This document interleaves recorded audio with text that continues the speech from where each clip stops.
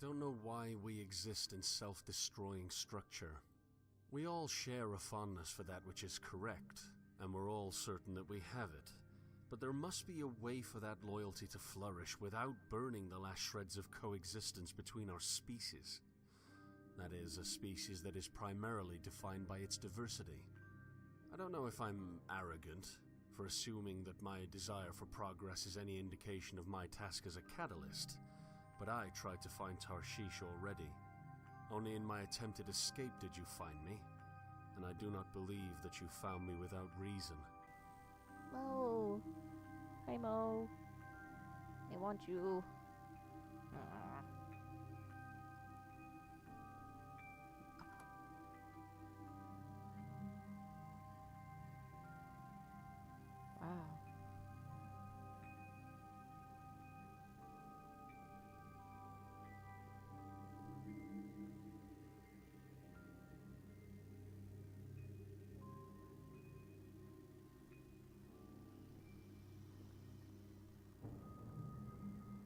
Whoa. It's a giant foot.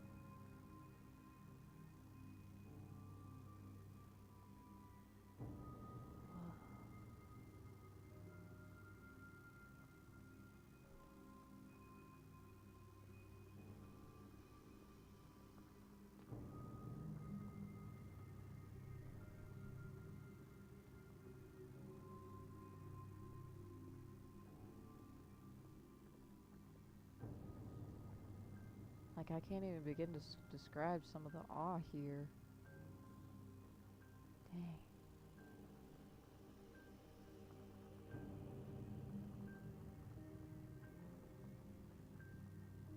It's a minotaur.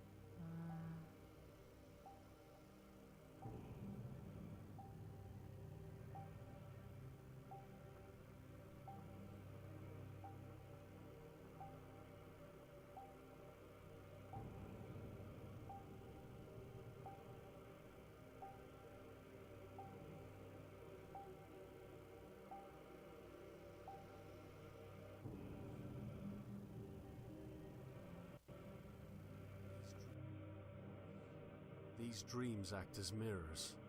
Like passive portraits of the complexities of the human mind, they paint self, just as ideas paint the universe.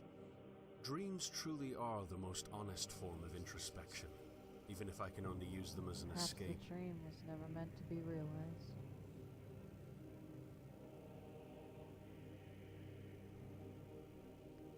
Perhaps contentment is nothing but stagnation.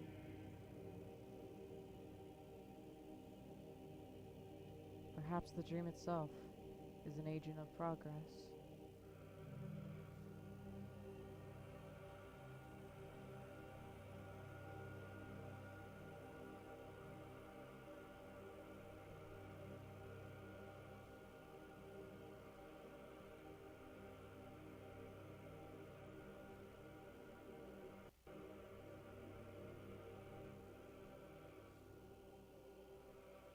They really put a lot into this. Like, wow.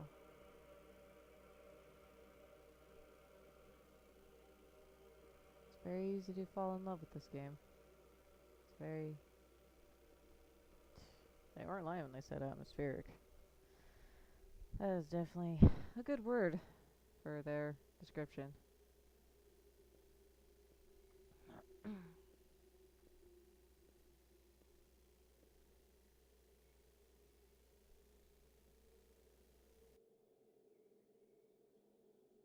Of course, if this mirror is to be trusted, then I'm just as vile as the others. The contrast between my reality and this one tells me that I do not belong here. The only thing I have that they do not is a fondness for this new world.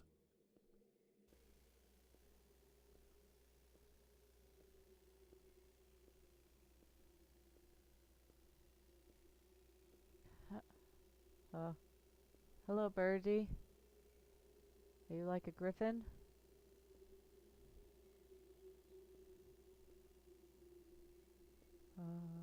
A phoenix?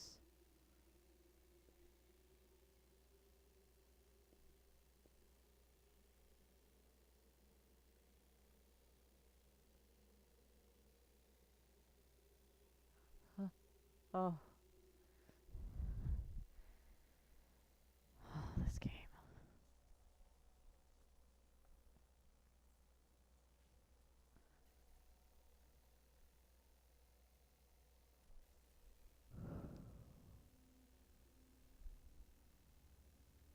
Chapter 4 was very short.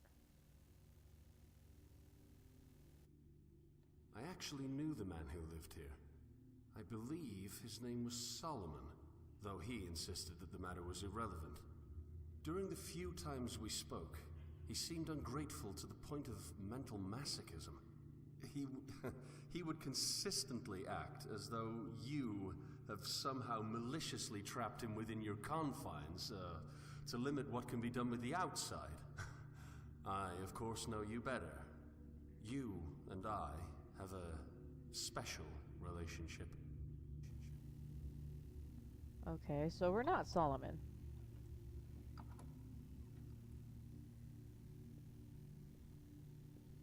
Someone else is in my mind.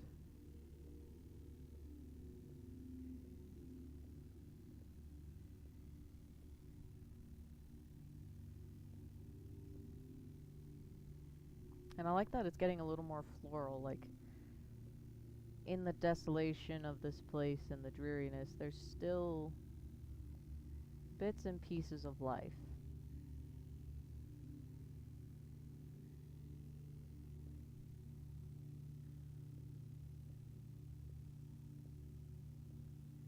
Oh, that's quite a change.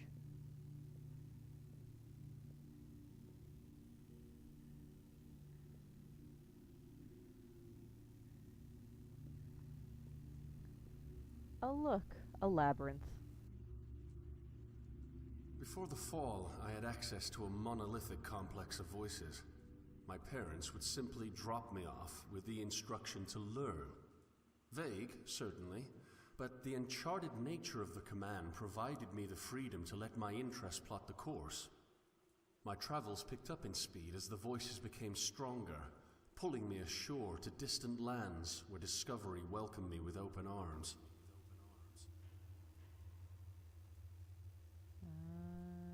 Let's see. Oh, no, I lost track of where it was. It's a really elegant labyrinth.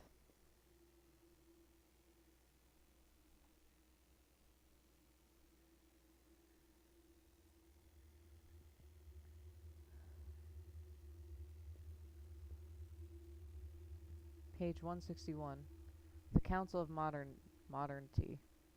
After the global incident survivors divided themselves into 3 distinct groups based on belief structures. Post-fall, the ideological concerns of people still remained, while structures failed to support the conflict. So what was a debate gave way to violence. The Council's primary role is to organize people into categories, thus allowing discussion between the larger parties to take place in a non-violent manner. Members of these categories are labeled dwellers. Anyone unaligned with the available overarching ideologies is actively called to adopt the title of Minotaur. See Minotaur. The council was officially formed in and up to the writing of this encyclopedia to preserve voices on request of the council. There have been only 3 ideological groups. Dwellers, Minotaurs. Does the council count as the 3rd?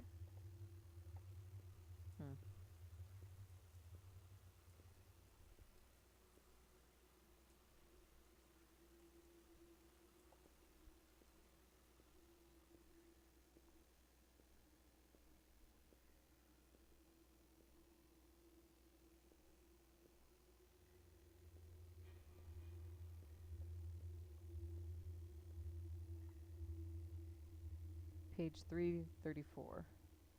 The Guild of the Greater Eye. The Guild is one of the three ideological groups that spawned from the formation of the Council. Their ideology consists of a basic theism, post-fall. Prior religious lost their structure, so a sort of individualism took place. This effectively shattered any theological differences.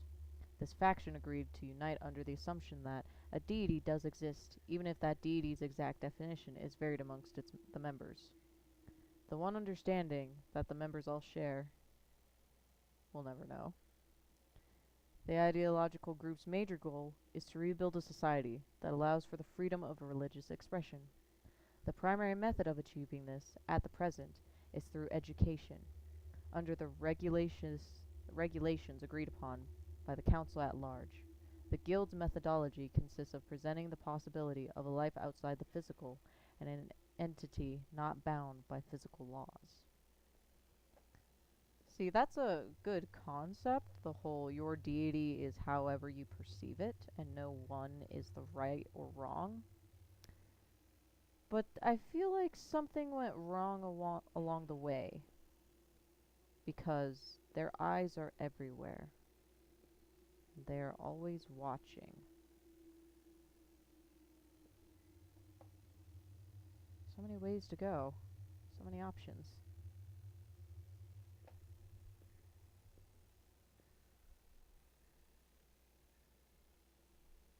Nope, can't get in this way. Why are there so many places to go? Unless that labyrinth was kind of the hint that we're starting to enter the labyrinth.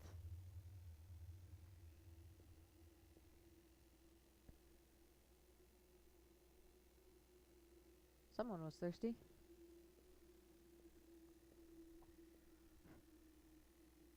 Okay. Page 810, The Unknowing.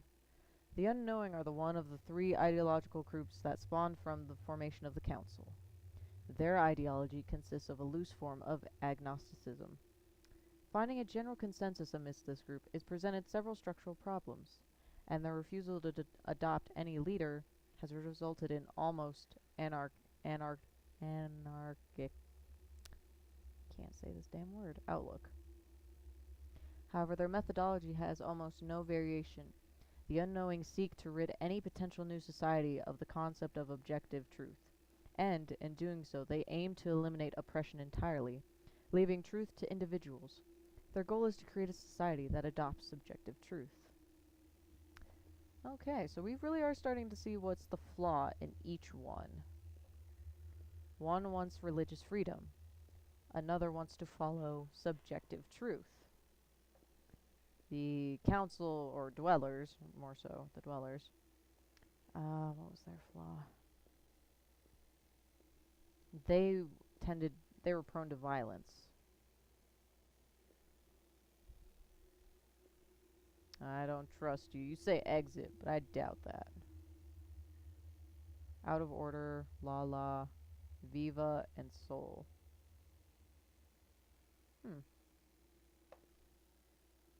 Yeah, I can see from all the bottles why it's empty. Someone chugged.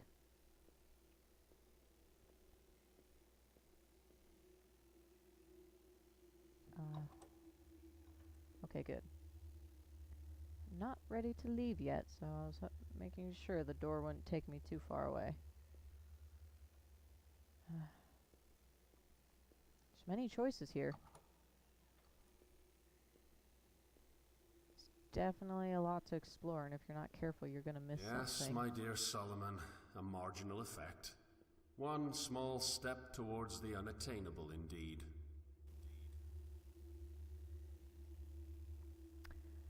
Okay. Page 325. Green pipes. Installed in, they provide clean water to the exterior of the old city. Natural water in and around island historically had problems with the deposits of, making it extremely dangerous to consume. Oh. Unclean water or void. So embracing the void is the unclean water?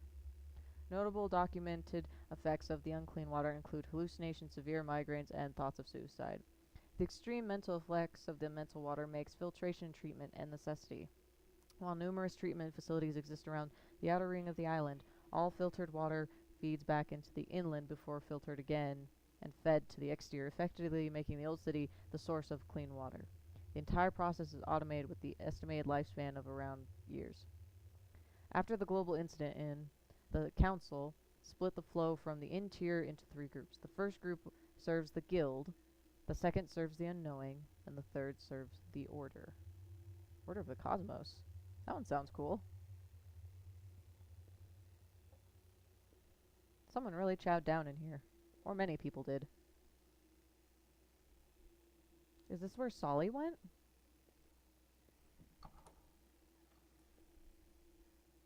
Oh, the toilet.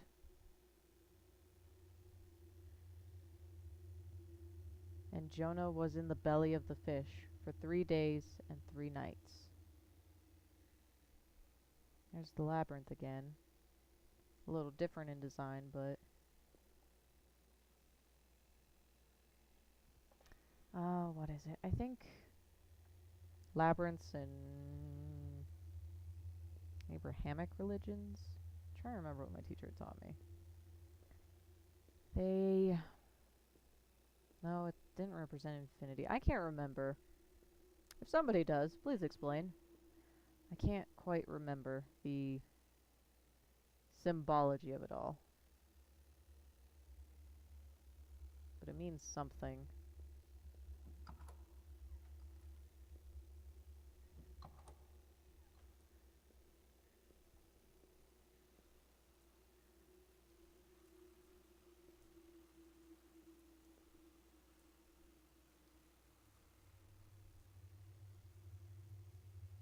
A boat. Dear Solomon, I'm not sure if you're going to receive this, but I hope it gets you somehow. I miss you. Why did you leave? I don't understand. I know you went north, but I wish you would have told me why. It was never Abraham. I never loved him. I love you, Solomon, and I don't know if it's my fault or yours that we never were together. I feel like I made a lot of mistakes. I should have told you how I felt, but it's just so hard to know sometimes. I didn't know if any of it was real, you know? Maybe us being together was just a dream.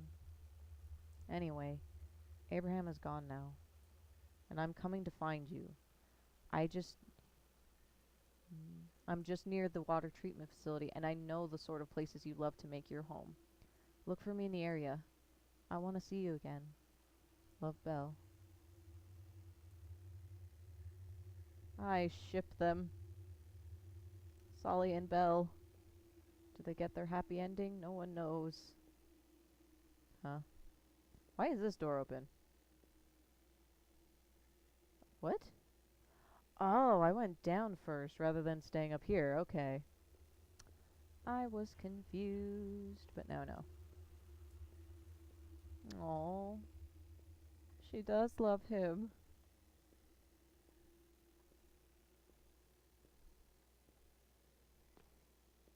Solomon, you dummy. Come on, let me down the stairs. My world is by no means ideal, and to say this is to admit to having an ideal at all, but that ideal is far beyond my reach. I dream of worlds where humanity ceases to fight over what they're certain of, but those worlds are not a reality. Truth must be compatible with itself. Oh, I can never see in the box. Other than a glow. We'll read his notes in a second. Okay. Order of the Cosmos. The Order is one of the 3 ideological groups that spawned from the formation of the Council. Their ideology consists of a staunch atheism. Members were initially concerned that survivors would rebuild a society that with what they would call the mistakes of the past. With the structures gone post-fall, they saw a danger in regressing to a barbaric religious state where society suppresses unbelievers. However, as of writing this encyclopedia, the Order has become more generally concerned with presenting atheism as the only sensible possibility. Their methodology for achieving this goal is based primarily on discussion. Their belief is that progress can only be made through discussion, and that fact will win out over falsehood given an honest dialectic approach. Well, that's fine and dandy, but just because you're honest doesn't mean other people will respect the truth or people will perceive it as not their truth. You know? It's not so simple. You believe it to be so, but so do they with what they believe as truth. Alright, Solly, what you got for us today?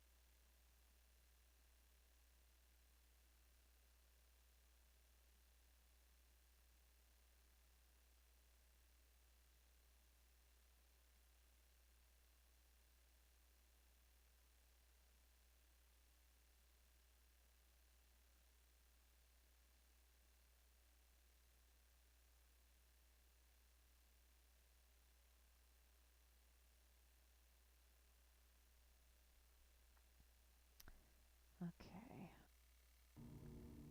It just... Okay. So, clearly we're not... Okay, us as the person is not Solomon. But our narrator, it has to be Jonah. He talks... Like, reading that one, that makes me believe that's Jonah talking. And in some weird way experiencing reality through us. Because I don't see any other option where that can't not be Jonah. He talks about sailing. He makes boat references. He knows who Leviathan is. If he's one of the only other beings that know, then Noah's our guy. Or Jonah, not Noah. Wrong one.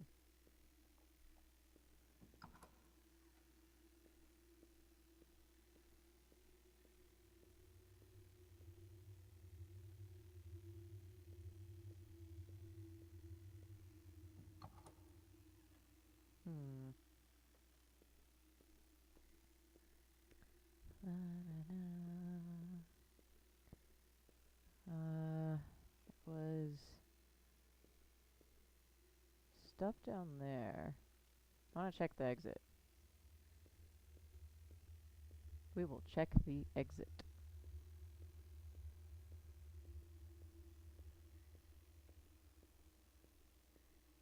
Yeah, so this is the way out. Alright, page 598. The Minotaurs were selected as moderators for discussions between three ideological groups. Their usefulness is directly related to their ability to maintain fairness.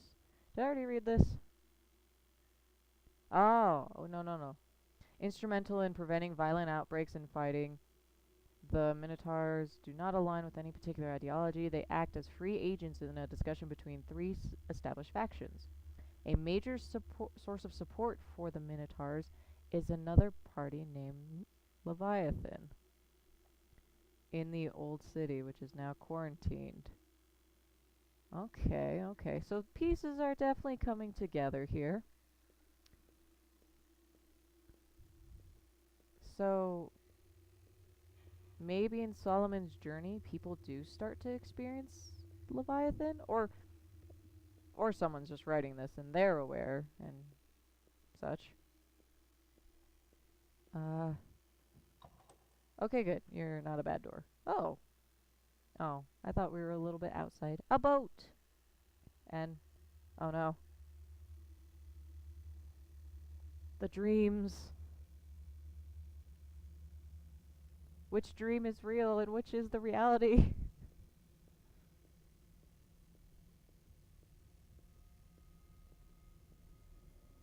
One giant leap for man, a small step for mankind.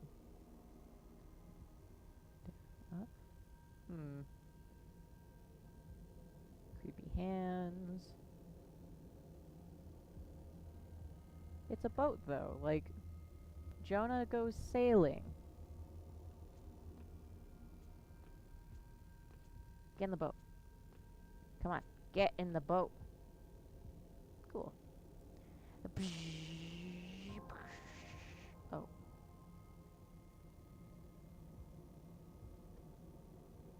Okay. So, took us back here. That means stuff changes when we experience a dream. The reality becomes a little... Oh, fuck. If he could only have seen your qualities, your utilitarian and defensive necessity. Oh, God, there's dead people again.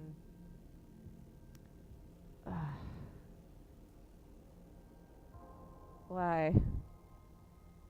Why? I don't wanna. Another boat. Many boats.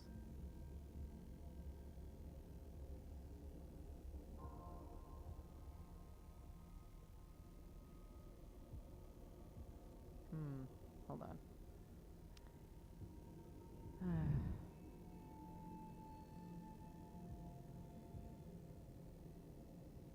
What's this way? Open. The dreams he created were his escape. I often feel as though they can only function as such. They have a marginal effect, yes, but the required time for any real impact is far too great. Dreams that contribute are a grain of sand on a shoreline far away from here. And Tarshish feels much closer. Yep, that's my theory. Because Jonah said he entered the void, or entered void. So it almost seems like he knows a little bit of everything. Are there any other bodies? Was that just the one guy?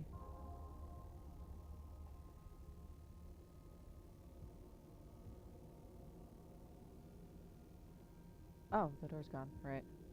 That usually happens when you trip out and your reality changes.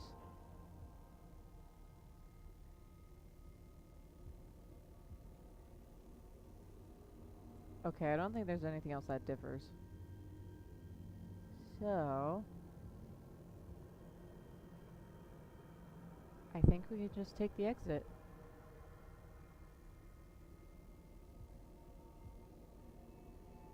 But the way he talks about Solomon, it is Jonah. I'm telling you, I feel it in my bones. It's Jonah. Like, perhaps his dreams were a ladder leading to uselessness. Perhaps my dreams are the same.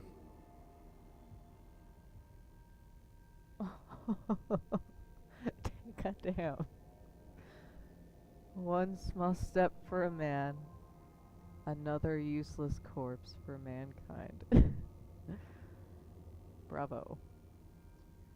Welcome to the ultimate form of cynicism. In blood, too. Yep. Yep. That's blood.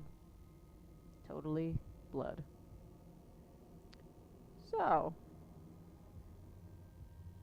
Jonah does seem like he's gone a little insane. And somehow he's inside us.